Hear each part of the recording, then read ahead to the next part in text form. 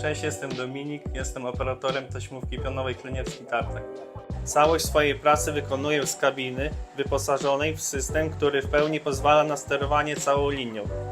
Ważnym elementem jest skanowanie kłody, dzięki któremu możliwe jest rozplanowanie najbardziej optymalnego systemu przetarcia dla danej sztuki. W ciągu jednej zmiany jestem w stanie przetrzeć około 35 m3 surowca dębowego.